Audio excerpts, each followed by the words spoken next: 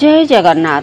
नमस्कार दर्शक बंधु, आसतु आमे आज जानिबा घर दुआर मुहरे कौन रखिले माता लक्ष्मी नारायण प्रसन्न होई घर छाड़ी जांतिनी।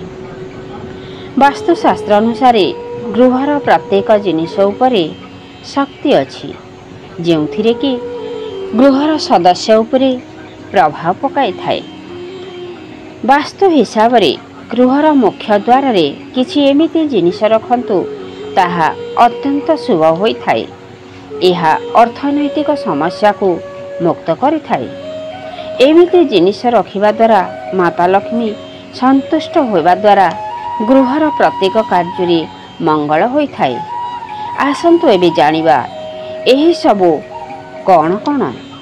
प्रथमत मुख्य द्वार रे श्री गणेशंकर फोटो रखिबा उचित। दुई पार्श्वरे शुभ लाभ एवं स्वस्तिक चिन्ह ओंकार एतक मुख्य द्वार रे रखिबा नितांत आवश्यक।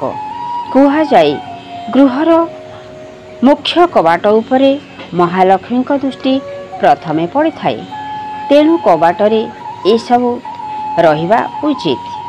सनातन धर्म हिसाब रे माता तुलसी को साक्षात लक्ष्मी रूप रे मना जाई थाए, तेणु गृह द्वार रे तुलसी चौरा निश्चय रखंतु।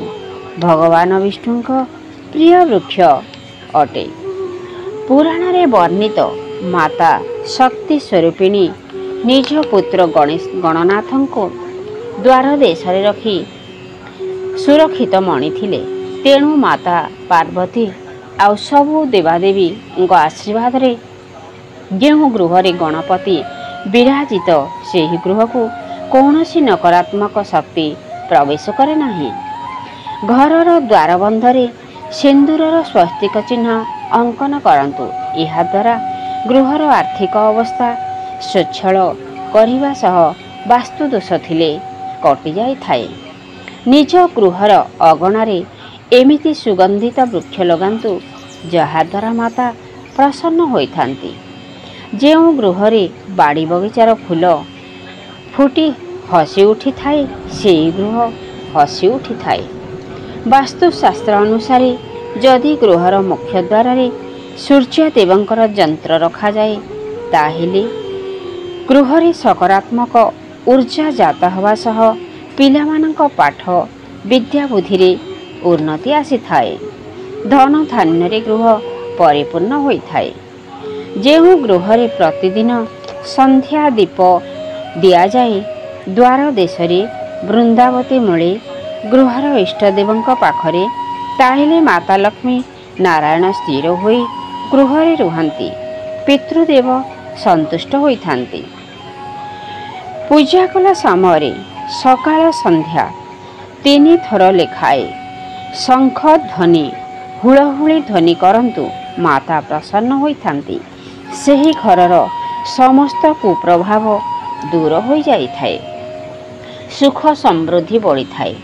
जेउ घरे अतिथि आसिले सेवा करा जाए, सम्मान मिले, ब्राह्मण देवतांको मना जाए, सेही गृहरे माता लक्ष्मी नारायण विराजित थांती। जेउ गृहरे भोजन आउ भजन एक सांगरे हुए सेही गृह को माता लक्ष्मी छाड़ी न थांती।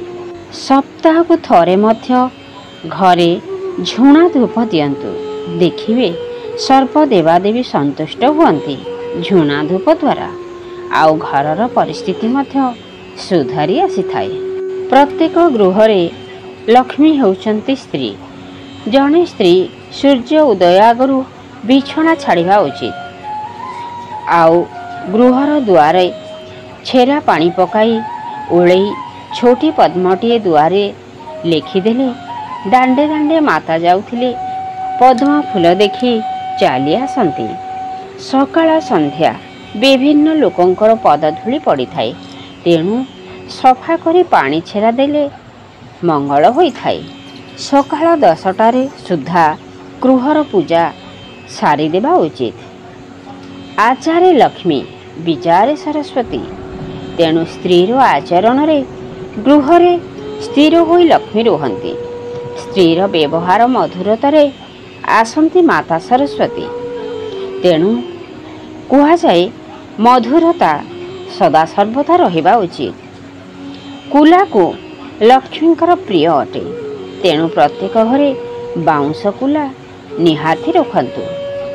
ଝାଡ଼ୁକୁ ମଧ୍ୟ ଲକ୍ଷ୍ମୀଙ୍କର ପ୍ରତୀକ କୁହାଯାଏ। ଝାଡ଼ୁ ଘର ଦ୍ୱାର ଦେଶରେ ନ ରଖି ଲୁକାୟିତ ଜାଗାରେ ରଖନ୍ତୁ। ରୋଷେଇ ଗୃହରେ କିମ୍ବା ପୂଜା ଘରେ ରଖନ୍ତୁନି ଝାଡ଼ୁ, ମାତା କ୍ରୋଧିତ ହେବେ। ଡଷ୍ଟବିନ୍ ଦ୍ୱାର ଦେଶରେ ରଖିବେନି। କଣ୍ଟା ଜାତୀୟ ଗଛ ଦ୍ୱାର ଦେଶରେ ରଖିବେନି। ଅସଜଡ଼ା ହୋଇ କିମ୍ବା ଓଲଟା ହୋଇ ଚପଲ ଦ୍ୱାର ଦେଶରେ ରଖିବେନି। ତଦ୍ୱାରା ମହାଲକ୍ଷ୍ମୀ ଘରୁ ଚାଲିଯାଆନ୍ତି। ଭଙ୍ଗା ଦଦରା ଜିନିଷ ଦ୍ୱାର ଦେଶରେ ରଖିବେ ନାହିଁ। ଅଇଳା ଆବର୍ଜନା ଥିଲେ ସଫା କରି ନିର୍ମଳ କରିବେ। ଅଜଳନ୍ତି କାନ୍ଥ ଘଣ୍ଟା ଦ୍ୱାରରେ ଲଗାନ୍ତୁ ନାହିଁ। ପ୍ରତ୍ୟେକ ସପ୍ତାହକୁ ଥରେ ଗୃହ ଦ୍ୱାର ଦେଶରେ ପର୍ଯ୍ୟନ୍ତ ସବୁଆଡ଼େ ଗଙ୍ଗାଜଳ ଛିଞ୍ଚନ୍ତୁ। ସପ୍ତାହକୁ ଥରେ ବି ଗୃହ ପୋଛନ୍ତୁ। ଦେଖିବେ ଯେତେ ଖରାପ ପରିସ୍ଥିତି ଥିଲେ ମଧ୍ୟ ଧୀରେ ଧୀରେ ସୁଧାର ଆସିବ। ଗୋମାତାକୁ କିଛି ଖାଇବାକୁ ଦିଅନ୍ତୁ। ସକାଳୁ ବିଛଣା ଝାଡ଼ନ୍ତୁ। ଖାଇବା ଅଇଁଠା ଯେମିତି ନ ରଖନ୍ତୁ, ସଫା କରି ଦିଅନ୍ତୁ। ଏହାଦ୍ୱାରା ମାତା ଲକ୍ଷ୍ମୀ ସନ୍ତୁଷ୍ଟ ହେବେ। ଦେଖିବେ ଧନ ଧାନ୍ୟରେ ଗୃହ ପୂରି ଉଠିବ। ସୁଖ ଶାନ୍ତି ବଜାୟ ରହିବ। ଆଜି ପାଇଁ ଏତିକି। ଆର ଭିଡ଼ିଓରେ ଆଉ କିଛି ଜାଣିବା କଥା ନେଇ ଆସିବା। ଲାଇକ୍ ସେୟାର କରିବାକୁ ଯେପରି ଭୁଲି ନ ଯାଆନ୍ତି। ଜୟ ଜଗନ୍ନାଥ।